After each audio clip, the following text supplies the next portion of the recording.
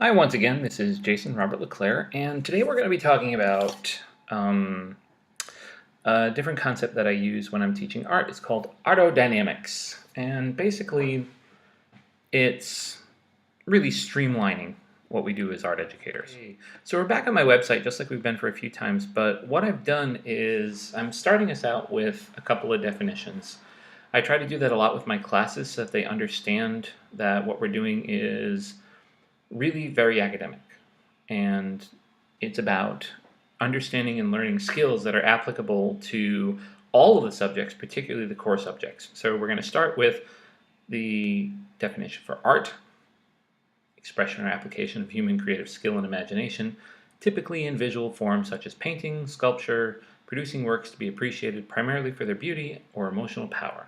And of course, dynamics, the forces or properties that stimulate growth, development, or change within a system or process.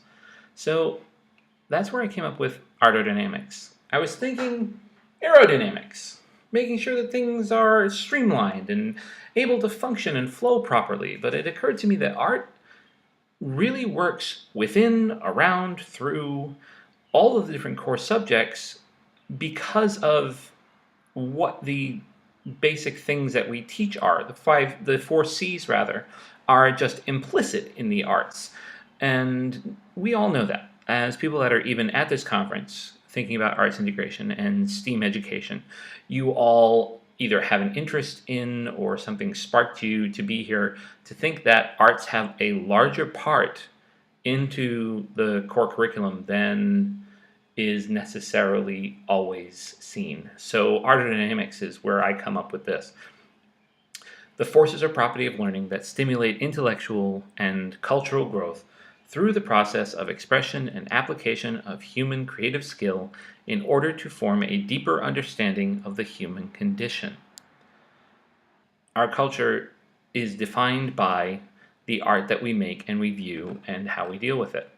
Today we're talking about just that. We're talking about exploring and working our websites and how we can get these things to integrate into our classrooms, and using artodynamics, figuring out how to streamline and make things work really, really well for what we're trying to do as arts educators. So hold on to your seats. We're about to take off and jump into Weebly, Google Classroom, and how we get those four C's of 21st century learning plunked into the core curriculum through the arts curriculum.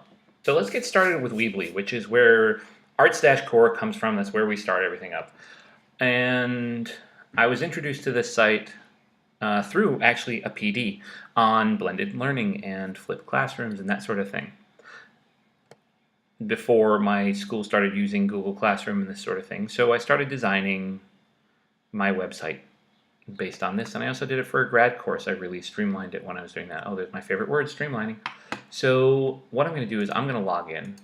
If you haven't made something, obviously you can log in through a couple of social media types. As you can see, I've got a few different websites going here. I did go ahead and spring for the Pro plan because I wanted things to have their own website domains rather than like this one, the Graffiti Inc. with the .weebly.com. It's still hanging out as a .weebly.com because I'm not quite through with launching that. That's kind of a pet project that I'm looking to hopefully launch at some point. Once you're in here, you can add a site. When you go to add a site, it's going to start bringing you to choosing a theme, and it's really, really incredibly user-friendly. If anybody's used Wix before, it's very close to that, except I find Weebly a little bit more customizable. So I can play with it a little bit more than I played with Wix, and it's just a matter of preference. So you can either use Weebly or use Wix, but I'm a Weebly person, so I'm gonna, really go around using Weebly most of the time. So if I want to go to this, what I'm going to do is I'm just going to click right in, and it should bring me to my editing site. So when I'm editing through here, I can build pretty much anything I want to. I can change all the background. This is one of my paintings from years ago. Change my fonts on my titles, all that fun stuff. And a lot of it's exploring around. So what I'm going to do is I'm going to come over here and look at build. These are your building tools. throwing in titles, text, gallery, image, slideshow. That's what this is right here. This is really running a slideshow right now. And it gives you how many slides you've got. You can edit and put all sorts of things in. I can also put backing tabs so that you can see things, because I teach theater and visual, and I like to give people a nice gist of all the things that we're doing. Buttons, which I'll explain a little later, and then we've got audio files. YouTube is your best friend. If you came to the last conference, you saw my use of YouTube and things, and this is where I do it. All this stuff like products, Google AdSense, these sort of things, I don't find them useful for this. Obviously, I'm not selling anything, so I just want my kids to learn. So let's go into the visual arts, because that's what I wanted to focus on for this particular one. And you can see that the pages have lots of different tabs going along with them. This particular unit has a ton of tabs. Every one of these is its own page, and as you can see, it even has separated pages on those. So it can get pretty, you can bog down with drop downs if you want to. I try not to, but there's some things that I can't help but do that. Let's look at pages.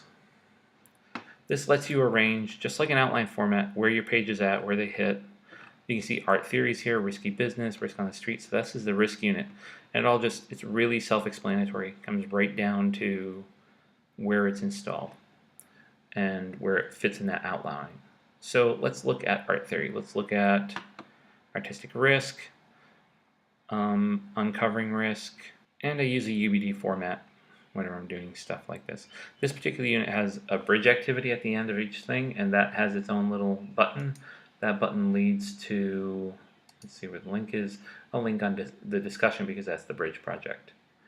So buttons are really, really helpful, and putting them in works really, really well. I can even put in unit wrap-ups, resources for this unit. So let's look at resources. Standards, all different resources from where I'm getting my materials. What I've done now is I've tied in Weebly to my classroom. So we'll go back into Out of Carnage. And one of the things that is here for daily use is this Google Classroom. So in the Google Classroom, they're going to be working on this final. And it comes in two parts. So let's go to Contemporary for last year. I've already set up for this year, so pardon me. I've got assigned as final paper here on Out of Carnage. We've also got rehearsal reflections.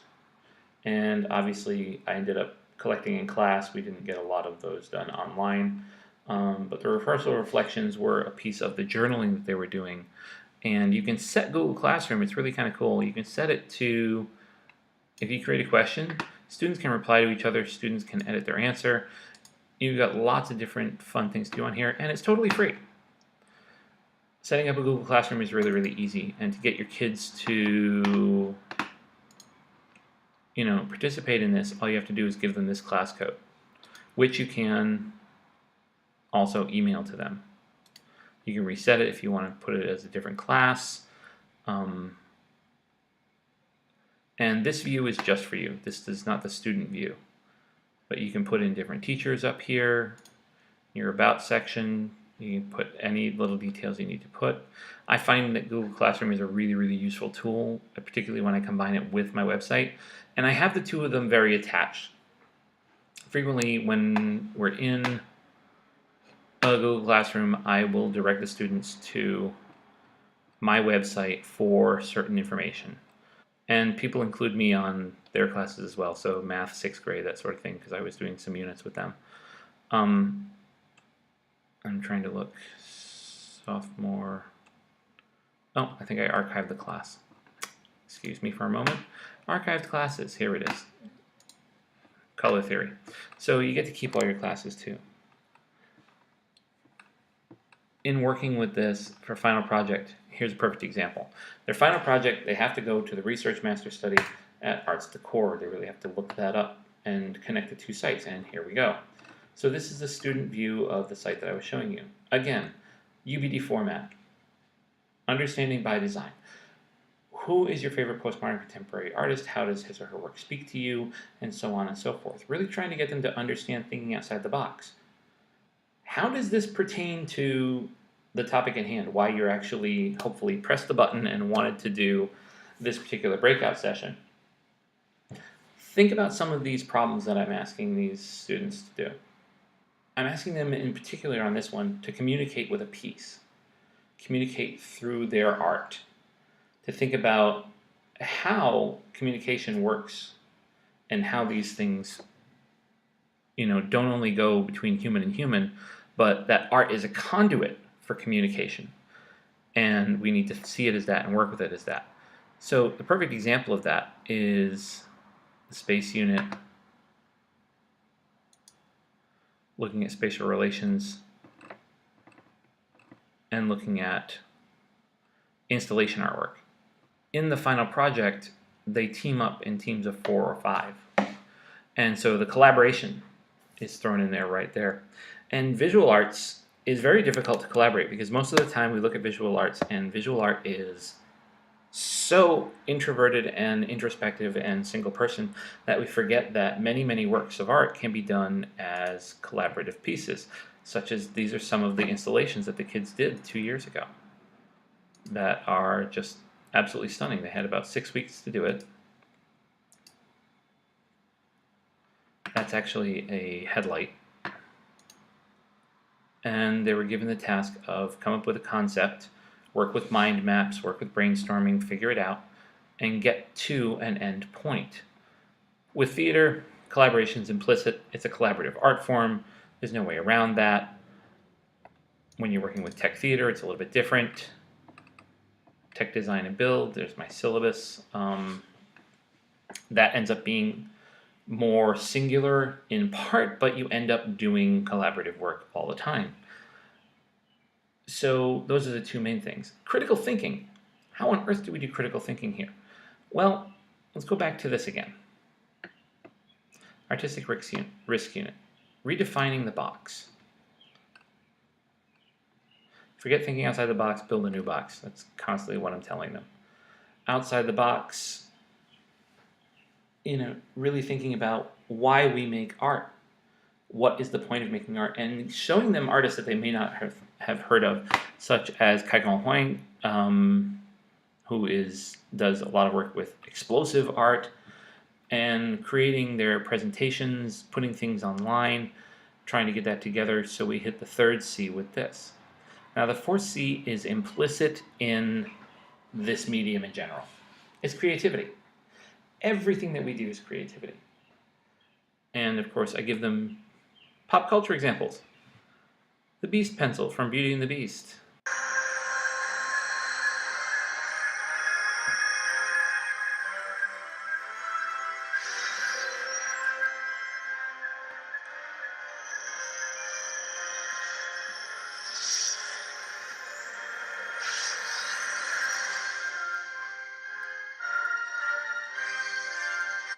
So my favorite part of the whole sequence is allowing them to see all of these lovely sketch lines. And the fact that this artist had to use critical thinking, they had to use creativity, they had to play around with it. It's not perfect right off the bat. And it's something they're familiar with. They know this piece of pop culture. They understand where it's coming from. And they can look at it at home. They can review it over and over and over and over again. So using blended flipped classroom, really thinking about how they're going to assess themselves as they go forward and trying to get them to understand that it doesn't have to be perfect right off the bat. They can start figuring out the artodynamics of their own education. They can start figuring out, those properties of learning that can stimulate them, can stimulate them intellectually and use that cultural growth. They're in the middle of this culture. We have to grow them to help define the culture for the next generation past them. That really is what we're doing. And so I really hope you enjoyed this talk on artodynamics and streamlining and working with Weebly and Classroom. I hope that I've intrigued you and maybe you'll start diving into those to try to put them together and incorporate them into your own classrooms. So thank you very much. Have an absolutely fabulous time. If you have any questions, you can email me at JasonRobertLeClair@gmail.com, or you can look me up on Twitter at Jason_LeClair. Thanks a lot, and we look forward to seeing you. Have fun.